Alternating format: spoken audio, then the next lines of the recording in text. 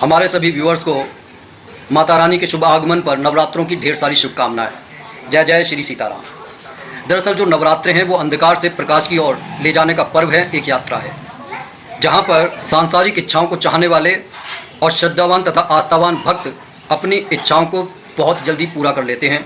क्योंकि शरदीय नवरात्रों के बारे में ये शास्त्रों में कहा गया है कि यम यम चिंतते कामम तम तम प्राप्नोति निश्चितम।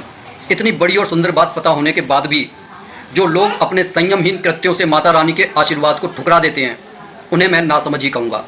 दरअसल ये जो नवरात्रों के पर्व हैं, ये हमारे शरीर रूपी घर को बुहारने के लिए आते हैं।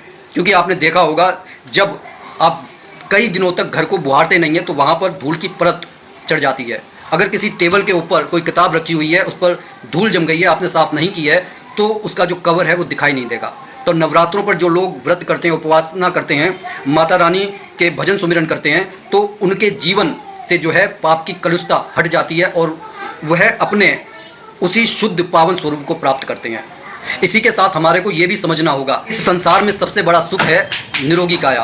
क्योंकि अगर शरीर स्वस्थ है तो दुनिया के सारे सुख वैभव आनंद देने वाले होते हैं, लेकिन अगर ऐसा नहीं है तो सारे सुख दुख देने वाले होते हैं। मन विक्षिप्त हो जाता है, रोने लगता है कि आखिर मैं इन सुख वैभव का आनंद क्यों नहीं ले पा रहा। ऐसे में ये शरदीय नवरात्रे न सिर्फ हमारी दैनिक दिनचर्या को सुधारते हैं जो कि बिगड़ गई होती है, बल्कि हमारे सारे मनोरथ पूर्ण करने की क्षमता शरदीय नवरात्रों में है।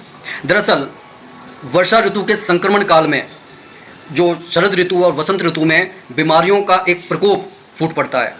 ऐसे में शरदीय नवरात्रों में जो मौसम धीरे धीरे जाड़ों की तरफ बढ़ रहा होता है, तब हमारा संतुलित जीवन, खान पान, रहन सहन सभी में बदलाव की ज़रूरत होती है, ताकि हमारा शरीर ना सिर्फ स्वस्थ रह सके बल्कि रोग से लड़ने के लिए उसके अंदर रोग प्रतिरोधक क्षमता का विकास हो सके, जिससे हम एक मुस्तैद सैनिक की तरह बीमारियों से डटकर लड़ने के लिए स्वयं के शरीर को तैयार कर सकें। हमें हमेशा एक बात याद रखनी चाहिए कि एक समझदार आदमी कांटों भरे रास्ते पर चप्पल पहनकर चलता है। बिल्कुल इसी तरह हम व्रत उपवास रखकर एक सीधा सादा सरल उपाय खोज लेते हैं जीवन जीने का, जहां पर हम बेकार की मेडिसिन लेने से और क्लिनिक के तमाम चक्कर काटने से बच जाते हैं।